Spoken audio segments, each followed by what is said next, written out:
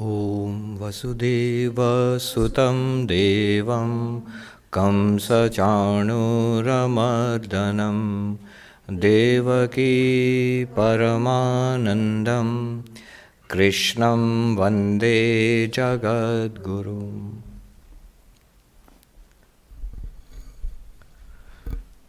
Second chapter. Please repeat the verses after me. Verses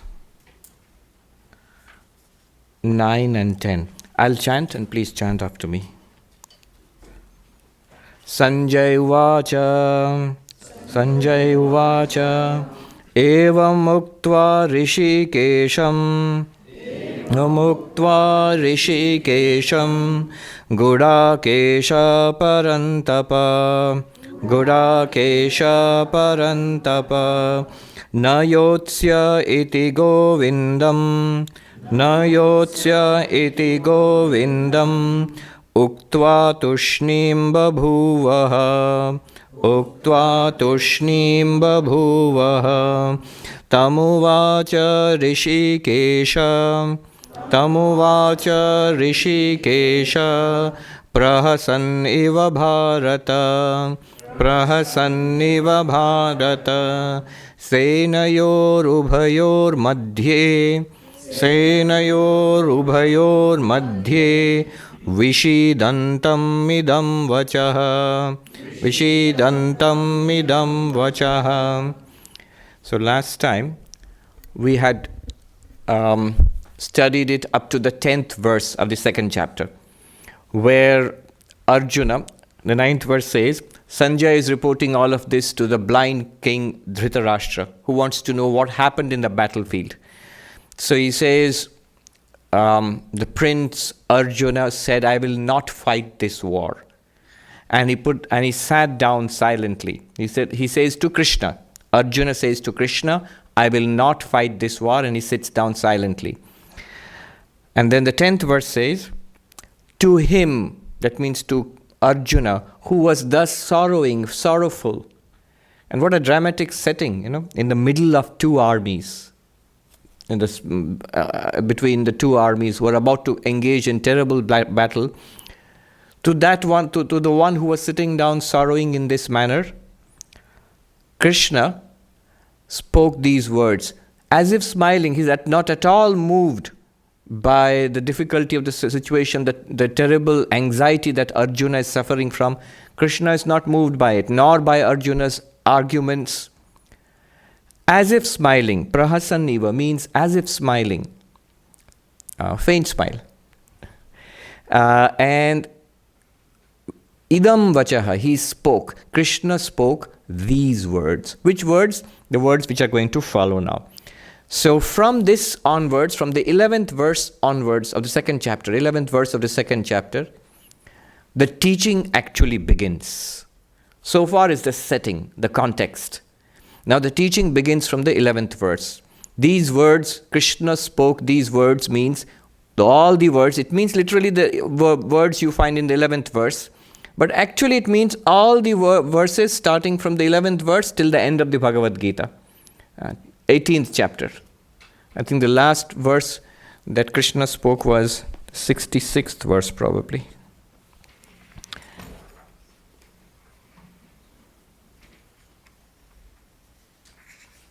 The teaching ends in the 66th verse, and a few more things Krishna said after that.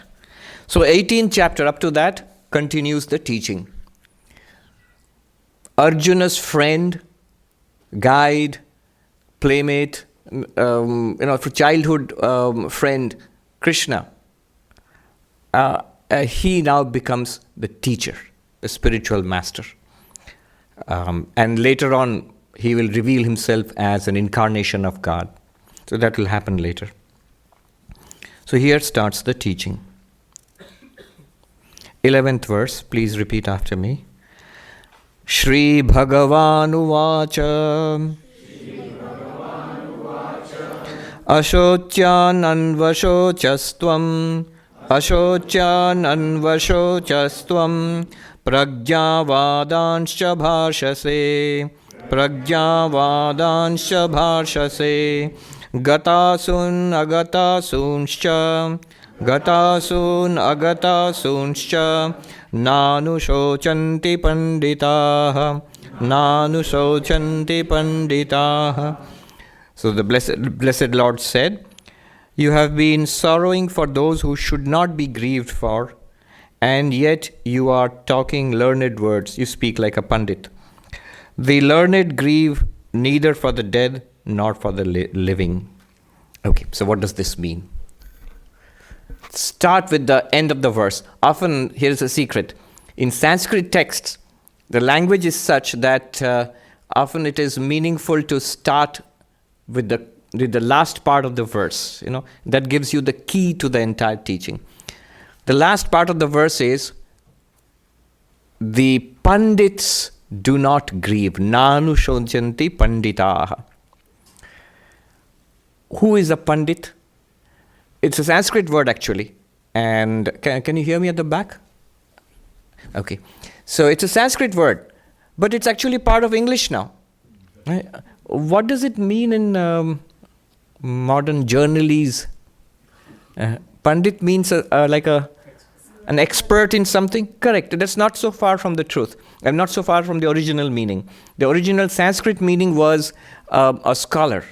So the religious scholars in India were called pandits.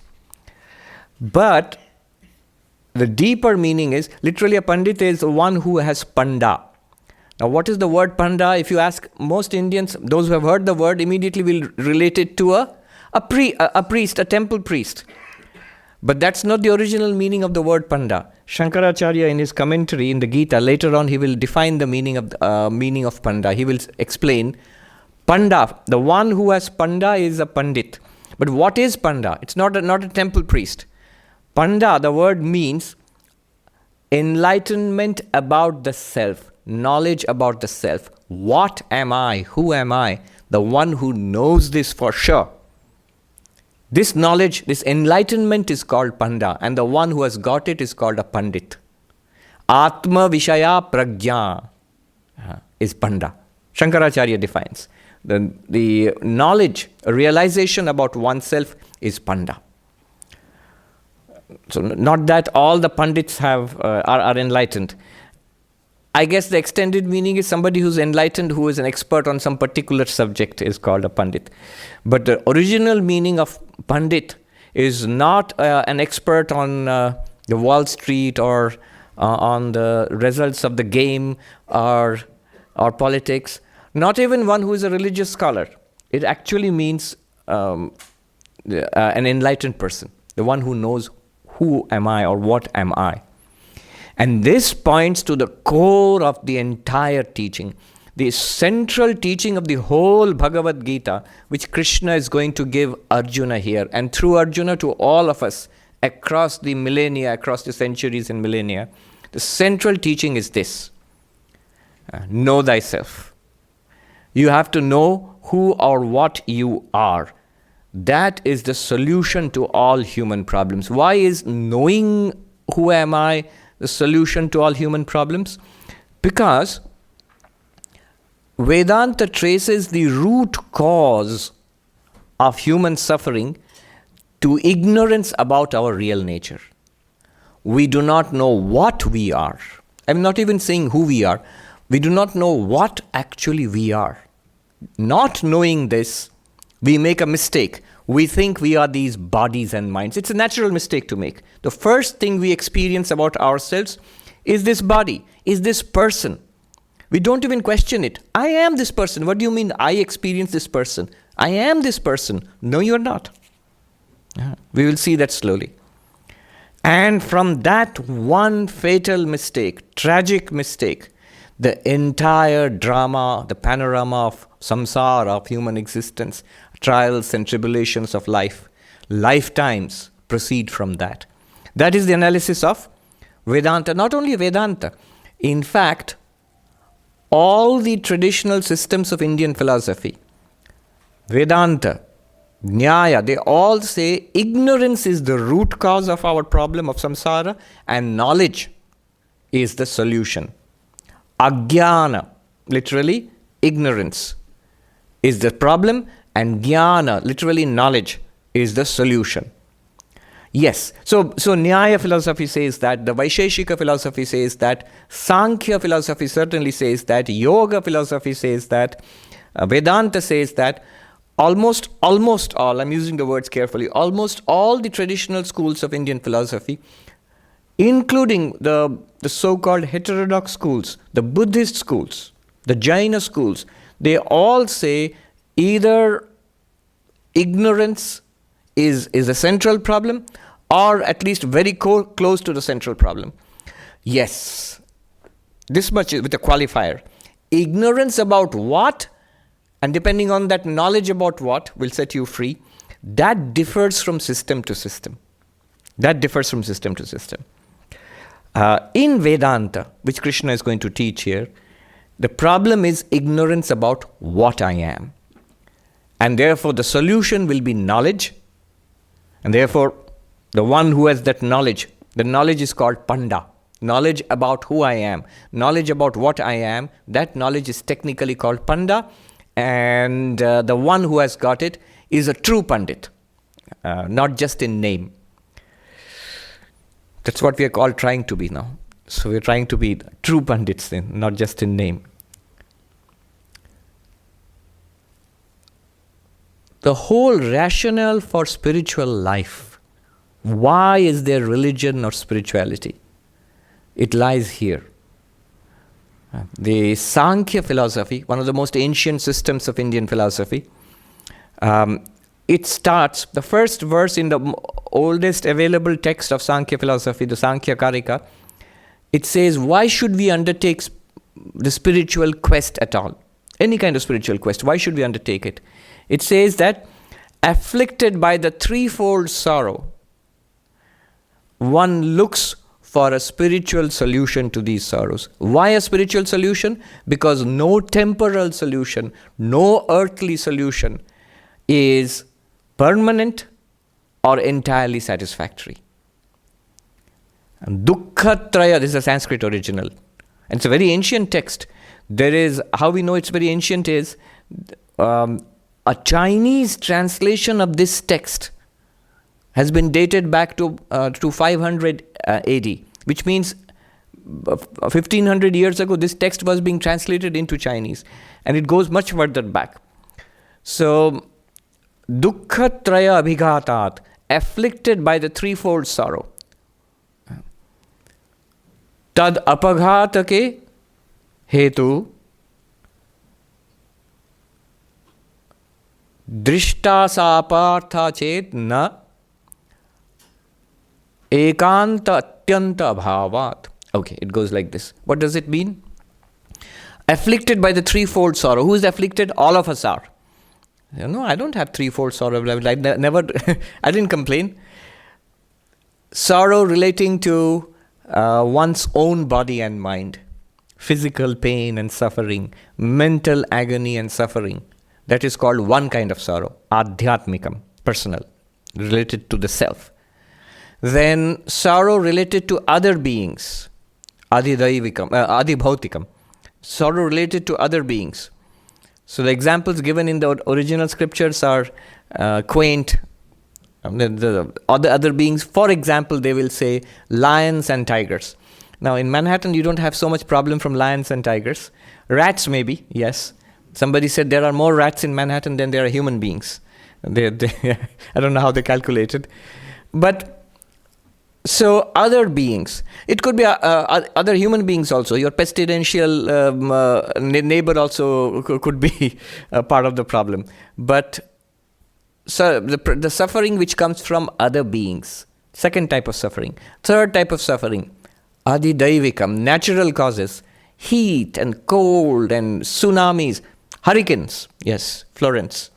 So all of these kinds of sufferings from the self, from other people, from other living beings, and from nature.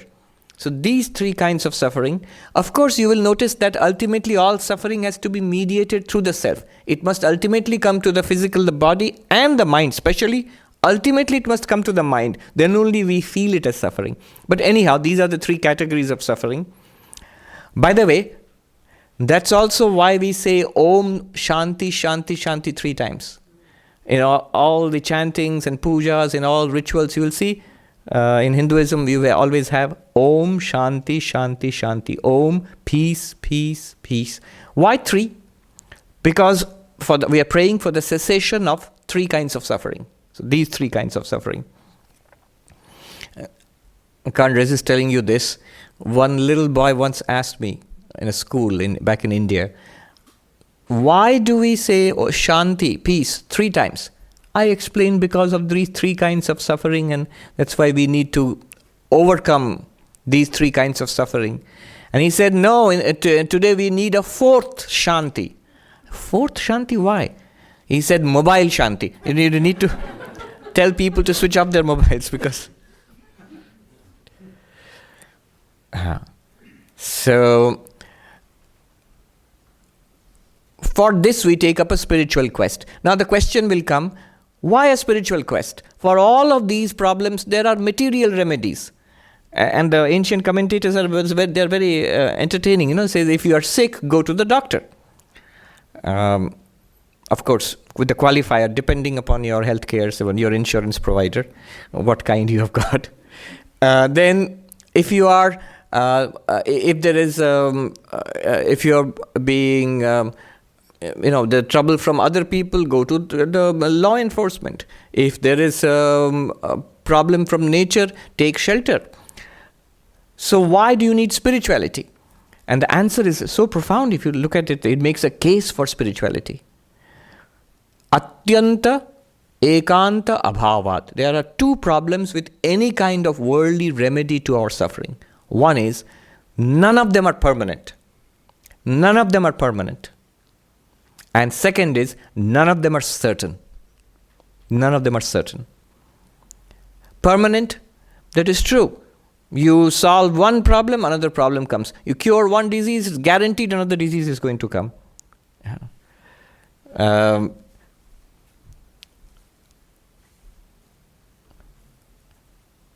You solve one problem, another problem comes.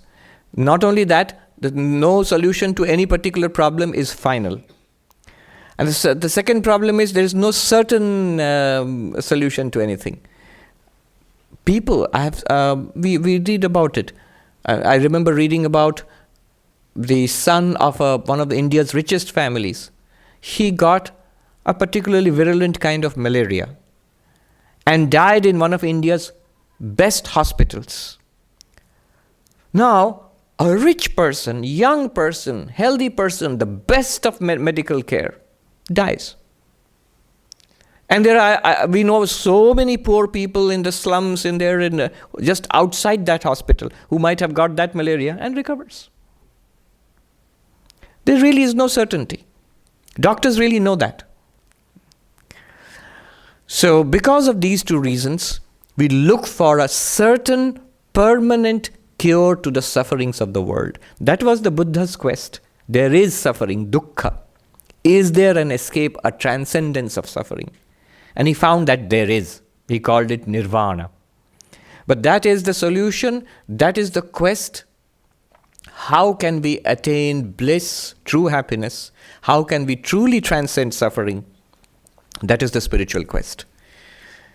And that is related in Vedanta. So that the same quest is related in Vedanta to knowledge. You must know what? Know who or what you really are. Knowing, does it mean reading the Gita? Then I'll be enlightened? Not necessarily. If you know the words and you don't feel it, you cannot honestly say to yourself that I am the Atman, not the body and mind. I clearly see it now. I realize it now. Until one can say that, if I just know it, if I've just read the book and know the words, it will not work. Look at the words used by Krishna. He says, Anvashochastvam pragyavadanscha bhasase. He says to Arjuna, you speak wise words and yet you suffer. Wise words means you have knowledge. You know. And you're speaking words of knowledge. And yet what is happening? You're suffering. You're obviously, you're crying here. You're in anxiety. You don't know what is to be done.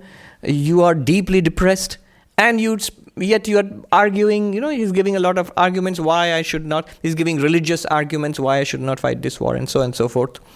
So, just knowing the words, some kind of knowledge which I have, and yet it is not enlightenment or realization. What is the difference between just knowing the words and enlightenment, we will see as we go along. So that's not enough. Once we realize what we truly are, then the result of knowledge is transcendence of suffering. Nanu shochanti panditaha. The enlightened ones, the ones who know who or what they are, they transcend suffering. What do they do? What are they not sorrowful about? Gatasun agatasunscha. They do not sorrow about those that have gone. They do not sorrow about those they do not grieve for those that are living. That might sound a little heartless.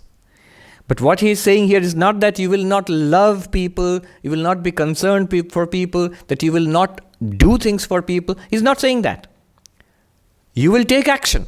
Whatever needs to be done for those who are living, and those who have passed away, what prayers need to be said for them, what rituals need to be done for them, that also you will do. But this anxiety, this gnawing tension, I've seen people have come, that I'm not good enough, that I'm so unhappy. There is, tension about the job, about the family, about kids. And they might think it's natural to have this anxiety and tension. It's not. It's not. It comes out of a wrong idea about what we are and what they are. That's what Krishna is going to say. Look at Arjuna's anxiety about the relatives and those who are present here. The result of that anxiety, result of that concern for others, is not action which will do good to anybody. It results in paralysis. He doesn't know what to do. He's paralyzed into inactivity. So Krishna says here, for those who have gone and those who are here, you need not sorrow for them. Though you will do something for them, you will serve them, but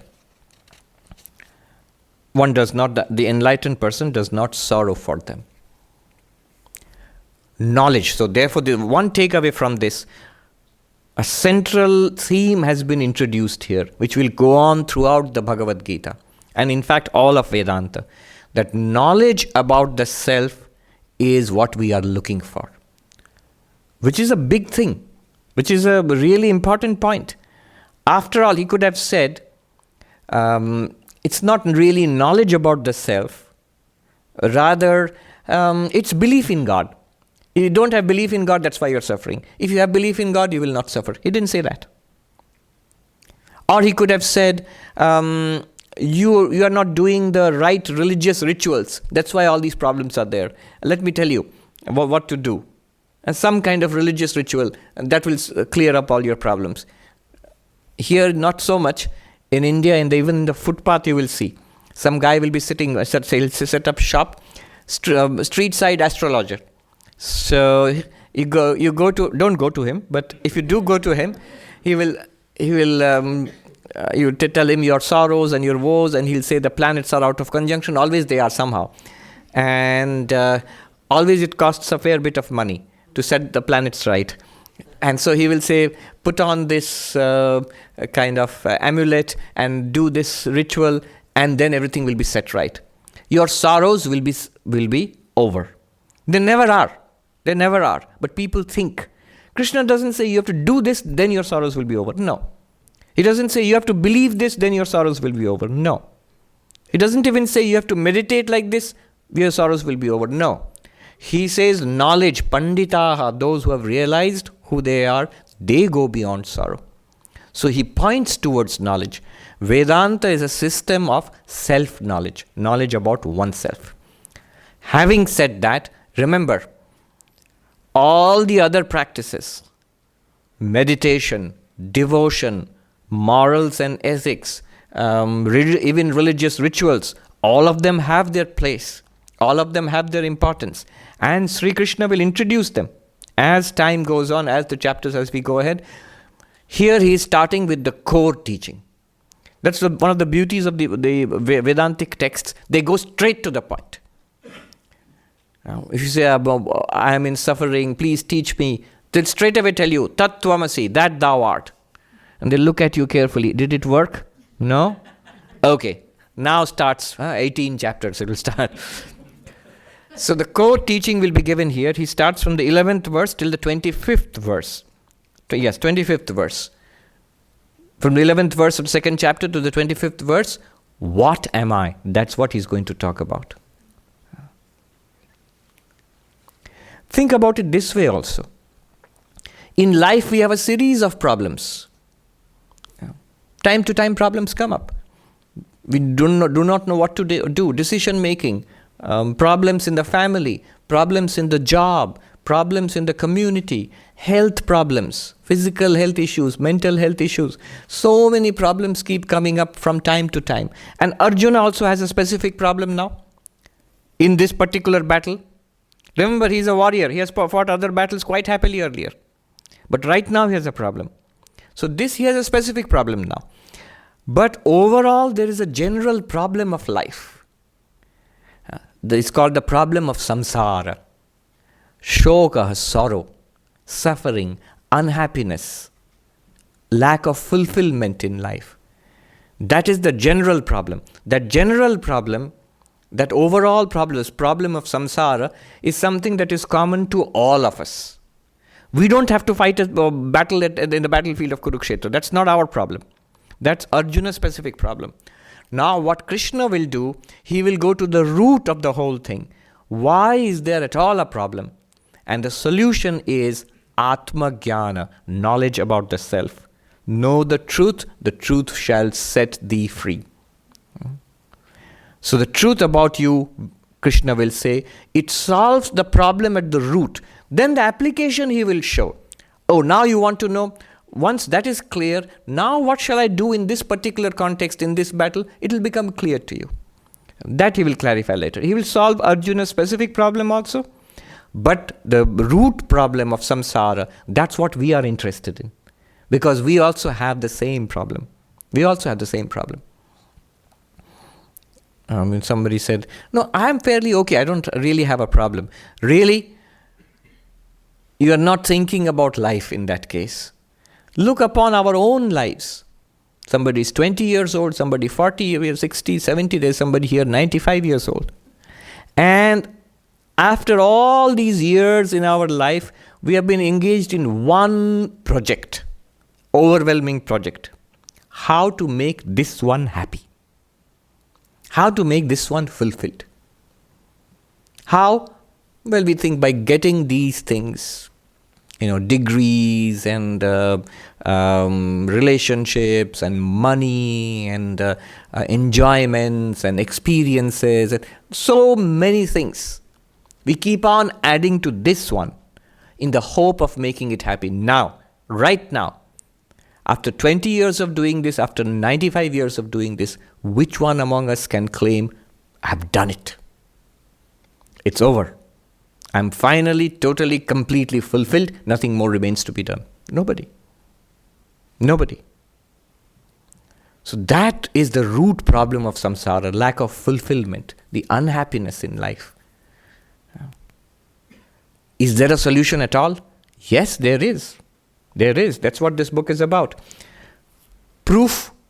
There is a category of people who will say yes to this question. There always has been a category of such people all throughout human history in every civilization who can say with confidence, yes, I have solved the problem of life. And there's only one such category of people. And they are what we call the enlightened ones, the saints and sages of different civilizations in different periods of time, different spiritual traditions. They truly say they are the ones who genuinely have no complaint from life. They're genuinely fulfilled and happy and wise, truly wise. Not just a genetically given happy disposition. Some people are born happy, some generally happy. Not that. That happiness can be overcome. Nature knows how to overcome that happiness also. Not that. So here is the verse. Sri Bhagavan Uvacha, the Blessed Lord said, the enlightened ones, the truly enlightened ones, do not sorrow. They are beyond sorrow. And you speak words of wisdom, and yet you are full of sorrow. The enlightened ones do not sorrow for those who are here, nor for those who are gone. Why do they not sorrow? Why are they not unhappy? Next comes, this is a teaching about the Atman, the self. 12th verse.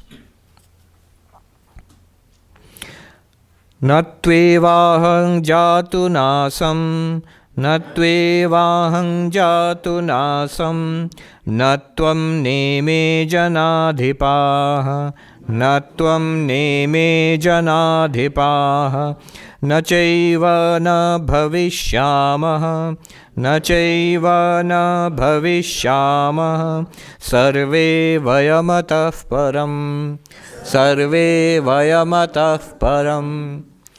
Such a simple verse. But here is the essence of all spirituality, all religion stands and falls with this verse. What does he say? He says to the Prince Arjuna, it is not that there was a time when I was not. It's not that there was a time when you were not. Nor even was ever there a time when these assembled kings and warriors were not there. Na bhavishyama, na chaiva na bhavishyama. That means, and there will not be a time when I will not be, or you will not be, or these kings who have assembled here will not be. Negatives, you see? Hereafter, there will never be a time when we will not exist. He could have said that I always exist, or you always exist. No. He uses a negative term to strengthen it. Because our fear is not that I existed at some time, or I'll exist afterwards in some kind of world. Our fear is completely being wiped out. And he says that never was the case, never will be the case. You are immortal. Yes, you're playing at being immortal. I love that saying. We think we are human beings in search of spirituality. The truth is, we are spiritual beings having a human experience. We think that we are human beings in search of spiritual experience. The truth is, we are spiritual beings having a human experience. This is what Krishna is saying. Central truth of all religion. If there is something which survives death, then only is religion, spirituality possible. If everything is wiped out at the death of this physical body, then what's the point? What's the point? A little bit of meditation might give you some peace of mind right now, but we know we're going to die. Why get peace of mind for a mind which is going to die, which is going to go into pieces very soon? No. All of this, the truth claim in all religions of the world, you will notice, all religions of the world, they have this one truth claim, that you are immortal. You are immortal. Krishna says, nothing can destroy you. He says here that he's an incarnation of God. So he has not mentioned yet that he's an incarnation. He just says that before I became an avatar, I descended as an avatar. It's not that I was not there. Before I came in this Krishna form, it is not that I did not exist, but I did. And there will be the time when this Krishna form will go away. See, even avatars, the body of the avatar dies. Buddha's body is gone, Christ's body is gone, Krishna's body is gone, Rama's body is gone, Ramakrishna's body is gone. So at a time will come, even the body of an avatar also, it disappears from human view. But it does not mean I will not be there. I will be there. So there was never a time when I was not there, and there will never be a time when I will not be there. I am eternal. Well, yeah, you're God, but not. What about me? You too, there never was a time, O Prince, when you were not there. Even before the birth of this body and the name you're called by Arjuna today, this young prince today. Even before you were born, you were there. And one day this body shall fall. Whether in this battle or afterwards, it shall die. And it's not that you will be gone. You will be there. Okay? And all of these people, all of them, he says, all these kings, there was never a time when they did not exist. But not in this body, not with these names. And there will never be a time when they will not exist. There'll never be a time when they will cease to exist, which means they will continue to exist. Yes, bodies will pass away. They're passing away each moment, continuously changing. Just one thing, this language which Krishna has used, there's never a time when I did not exist. There never will be a time when, there was never the time when you did not exist. The same language he uses a few chapters later in a different context. 4th chapter, 5th verse. He will say, O Prince, you and I and all these kings, we have had many births before this. Many times have we trodden this cycle of life and death. We have had many births. But you remember none of them. I know all of them. Mine too and all of yours. There, Krishna is revealing himself as God. Here he's just saying, there is an eternal reality, which you are and I am and all of them are. That Atman or Brahman, which we are calling it, and that exists. That always was existing, is existing, will continue to exist. In that sense, we are immortal all the time. That's the only thing that Krishna is revealing. That's the central truth. But slowly Krishna will introduce other subjects. He will introduce the question of God. He will introduce himself as an incarnation of God. And there he says, we have had many births, the same language, but I know them all. There's a difference. He makes a difference. Here he's making no difference between himself and Arjuna. I have existed always and I shall continue to exist. So will you and so will all of them. But in that chapter, he makes a distinction between himself, between man and God. Clearly, you do not remember your past births, nor do you know what will happen to you in the future. I know all of them. All that has happened to you in the past and all that is going to happen to you in the future. There's a thrilling, small but thrilling incident in the Gospel of Sri Ramakrishna when M, the author of the Gospel, suddenly it comes upon you without any warning. Sri Ramakrishna turns to M and says, tell me, all your past I know and all your future too I know. Is it not so? Suddenly it comes like that. And what comes over M at that time, the author, he bows down with his hands folded and says, yes, Lord, you know. That is the difference between man and God. So here, Sri Krishna points that out. But here he says, in a purely Vedantic sense, that means here basically he's saying we are Atman. We are that existence, consciousness, bliss. Here he is revealing for the first time the nature of the Atman. What is the nature of the Atman? The first thing. It is immortal, it is eternal, it is unchanging.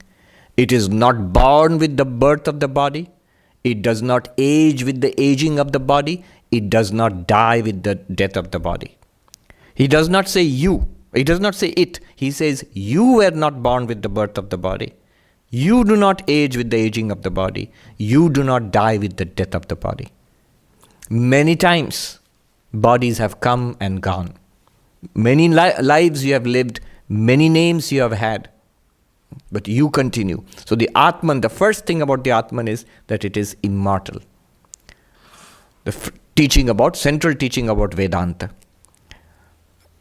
Sri Ramakrishna, when he told Swami Vivekananda, there's a famous thing, that incident where he told Swami Vivekananda that he who was Rama, he who was Krishna, is in this body Ramakrishna, but not in your Vedantic sense. He told Swami Vivekananda. What is the Vedantic sense? The Vedantic sense is this one.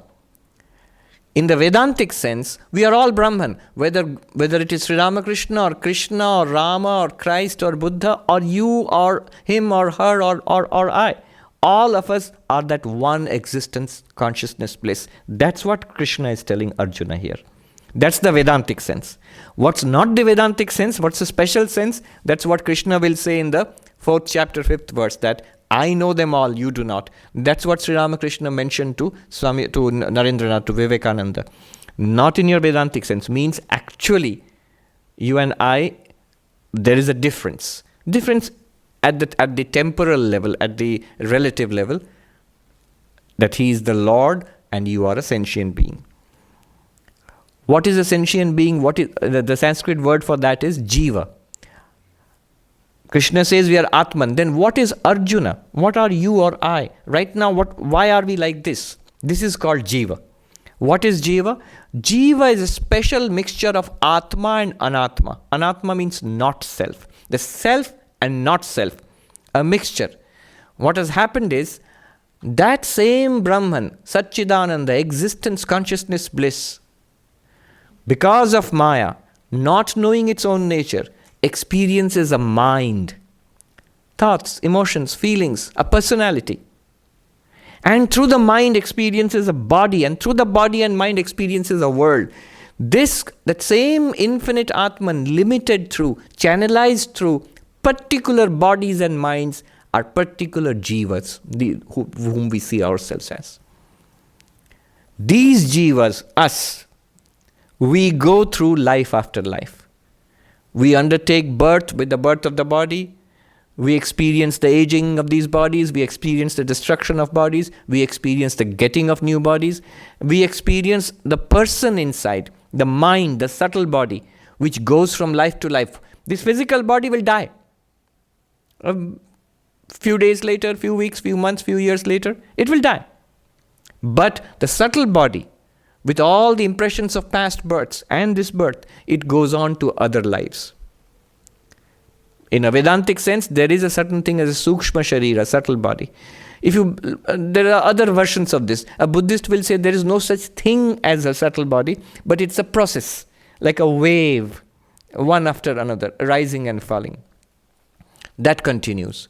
But the Atman is neither the physical body nor the subtle body. Not Sthula Sharira, not Sukshma Sharira. The Atman is eternal, unchanging.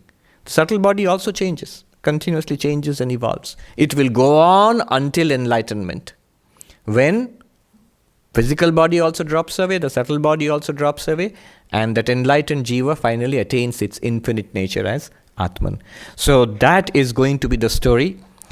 If you think, all this sounds suspiciously like Aparoksha Anubhuti, the non-dualistic text which we were doing earlier. Yes, the beginning, for some time it will go on like that. Krishna will sound very much like a staunch non-dualist teacher, which he is of course. But afterwards, he is going to introduce so many things. Devotion, the love of God. What is God in the whole scheme of things? The avatara, the incarnation of God. He will introduce meditation, down to the details. From the highest philosophy, existence, consciousness, bliss, down to the details, how to sit, how to breathe, how to concentrate, what to eat, exercise and sleep, all of that will come. Morals, morality and immorality, all that will come. Yes. I have a question about infinite. Yes. Infinite does not mean infinite space or infinite time, is that correct? So how do we define infinite?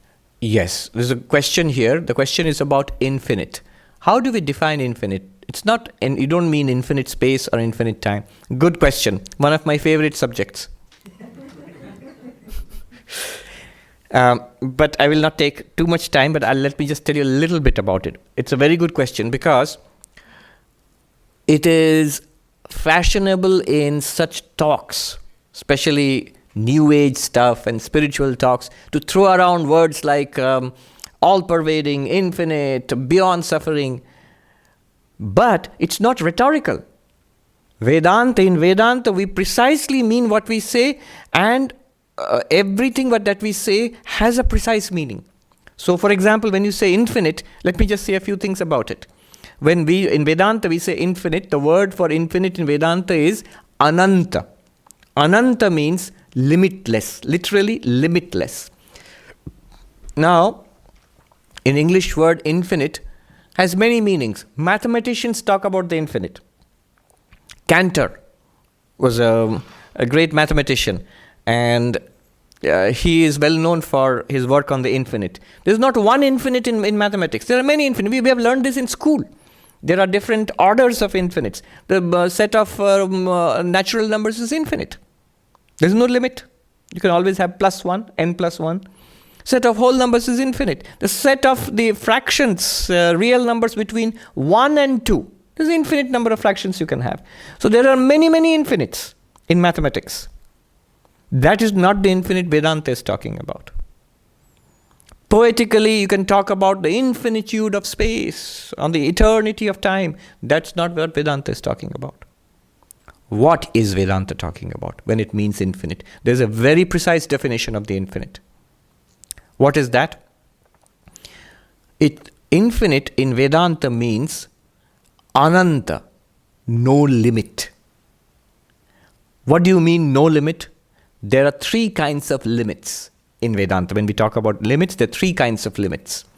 Limitation in space, limitation in time, and limitation by object. What do I mean by that? I'll explain. Limitation in space means that something is located in a particular space and is not in other places.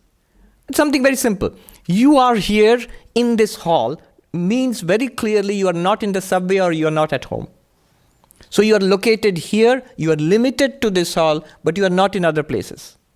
That is called limitation in space. In Sanskrit, desha parichedaha, limitation in space. Paricheda literally means cutting off. You are cut off in space. Here this much and no more than that. Now, infinite would mean desha paricheda shunyaha, not limited in space. Not limited in space. Follow this carefully. It's all almost like mathematical derivation. Not limited in space would mean what? Omnipresent. There is no space where it is not. There is no space where it is not. That's one. The second kind of limitation is limitation in time. In Sanskrit, kala paricheda. What is limitation in time? Something is, an entity is, from this period of time to this period of time. Birth, death. Created, destroyed. It could be a mosquito born at this period, in a few days it's dead. It could be a human being living for 100 years. It could be a star living for billions of years. But still they have all got limitation in time.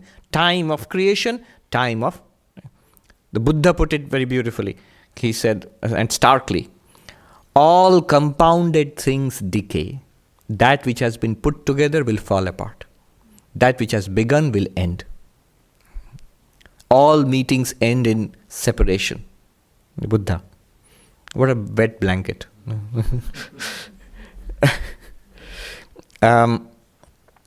So, limitation in time. In fact, yesterday I was at the Rubin Museum and they asked me to speak about impermanence. What is impermanence? It is limitation in time, beginning and end. Now suppose we are now talking about the infinite. Infinite means not limited. If something is not limited in time, then what will happen to that something?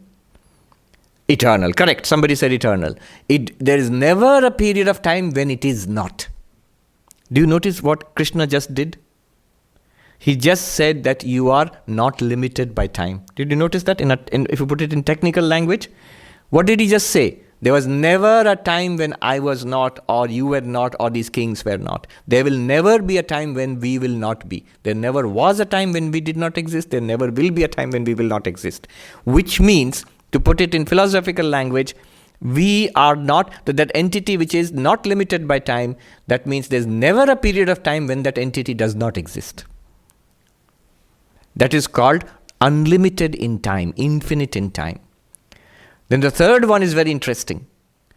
Not limited by object. Remember, we are talking about infinite. Infinite, no limits. One kind of limit is limit by object. What do you mean by limit by object? Is a peculiar conception. In Sanskrit, it is called vastu paricheda. Vastu paricheda means limited by object. It simply means this. A thing is itself and not anything else. So a book is a book. It's not a dog, or it's not a star, or it's not a human being. It's a book. And this book is only this book and nothing else. It's the law of identity. A is A, and therefore it is different from all not A. So you are you. If you are you, if you are identical to yourself, it automatically means you are different from the trillions of other entities in this universe. True, you understand this, what it means? Simple logical fact. Limitation by object means if a thing is a particular object, and we all are particular objects right now, these bodies are, in that case, if it is a particular object, it cannot be anything else, so it's different from everything else.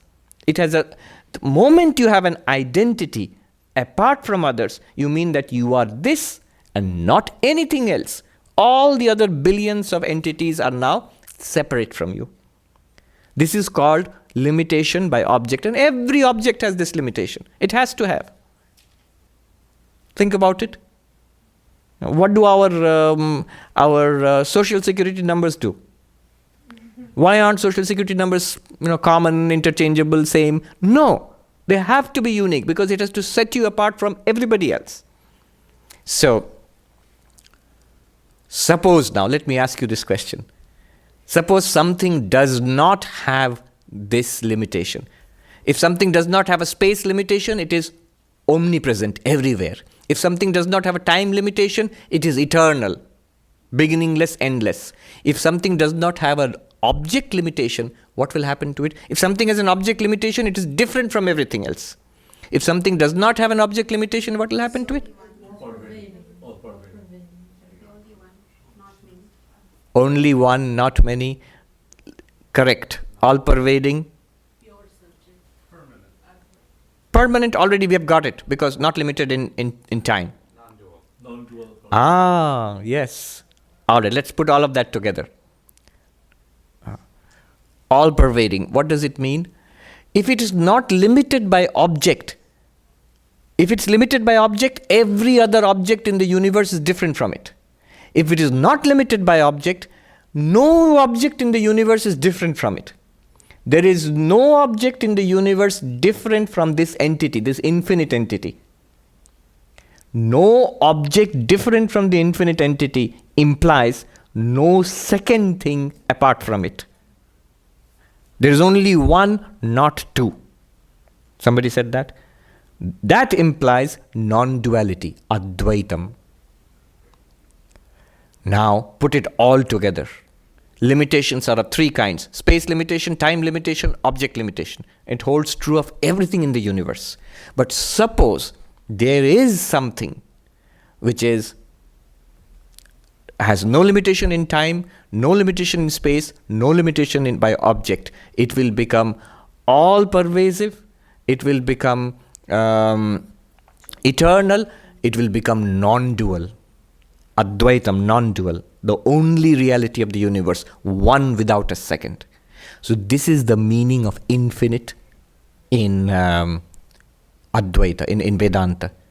It immediately follows, in mathematics you have multiple infinites, many infinites I think. And there are orderings of infinites. In Vedanta, how many infinites can there be? One only. No second. You cannot have two infinites. You cannot have, in fact, any other thing apart from that infinite. Because if you have a second thing apart from that infinite, then it's not truly infinite. The real infinite, there can be only one non-dual infinite, and nothing in the universe can be apart from it. If it is, then this thing is not infinite. Neither are infinite then. You say, oh fine, this sounds like great philosophy, theoretical. Any practical implication? Oh yes. Such a thing exists. Such an entity, an infinite entity which is all-pervasive, eternal, and which in fact is non-dual. Nothing in this universe is different from it. Such an entity exists. What is it? Where is it? Krishna says here, what he has said in effect is, you are that. That thou art, Tattvamasi. If you would know yourself, you would realize that you are this infinite. Is it possible to know oneself like that? I actually have a talk where I just taken out one component from the talk and I given it to you. It's called Defining God. Go and look it up. It's on YouTube. It's from the Taittiriya Upanishad. The definition of Brahman. What is that ultimate reality? Satyam Jnanam Anantam Brahma. Taittiriya Upanishad, the second chapter. The Brahman is infinite existence consciousness. Each word has to be analyzed and unpacked there. So the word infinite is unpacked. The word infinite is unpacked there. And how is it unpacked? What I just told you. A little more detail I've explained there. Then this unpacked word infinite is now applied to the terms existence and consciousness. And then the result will be, you will realize that there's such a thing is there. Infinite existence, infinite awareness. And that I am. Right now, right here. Always have been, always will be. It naturally follows from that. And can we know it? Yes. That talk itself points out how you will know it. But Krishna will take 18 chapters to point that out. So we will go on with Krishna. I think I've run out of time. But anyway, it's good that you asked this question. It's a very important verse. It is not that in any period of time I did not exist. Look, he's denying the limitation in time here. It's not that in any period of time you did not exist or these kings did not exist. And it's not that there will be any period of time in the future when you or I or these kings will not exist. He's saying that you are eternal, all of us. Are there many eternals? You can ask. Immediately it follows. So each of us is an eternal, millions of eternal souls. But now what put together what we just read, we just discussed, the infinite can only be one. In that case, there is only one truly eternal entity. That is also non-dual and all-pervasive. It's good that you asked this question. It draws out all these implications. And you are that eternal, all-pervasive, non-dual entity. In fact, the only reality of this universe that you are. It means also, not one thing in this universe is different from you. There is no separation between you and the universe, the real you and the universe. And the even more startling claim is, you can actually see this, have an insight into this, actually see it as a living reality. That is called enlightenment, and that will easily, effortlessly take you beyond all sorrows forever. I remember, I'll end with this, standing in front of our main monastery in Belur Mutt about 15 years ago, talking about this with a young monk, a very wonderful young monk. He was a novice at that time. I still remember. It's so thrilling to hear that. I can still remember the earnestness in his voice. He says, Swami, if one just reads this and begins to understand what has been said here, after this, what complaint, what sorrow, what unhappiness? How can you complain about anything after this? Even just if you intellectually assent to it and understand it, realization, of course. But even before that, most of the, at least theoretical problems of life are solved. But it's not enough to solve the theoretical problems. Suffering is very important. This particular verse, just this one fact. I always was and I always will be. Just one more thing here. Krishna, or I'll mention it next time. Let me just give you the hint. Normally, the way I introduced it, self and not self. Atma, anatma, self and not self. But Krishna does not do that exactly. He says body and the one embodied in the body. Deha, dehi. That's a more natural way of approaching it. Why? The moment you speak about things like self, not self, already sounds philosophical. What exactly is the self? But nobody will ask what exactly is the body. Body and the one in the body. That's exactly what Krishna is saying. And that's so easy to identify and feel with. He says the bodies are perishable. The one in the body, you. You are imperishable, you are infinite, you are eternal. This is what he is going to demonstrate and help us to realize that. In the language of devotion, one Swami, so this same thing, remember, knowledge, devotion, all of them, they take you to the same realization. In the language of devotion, bodies belong to the earth. You in the body, you belong to God.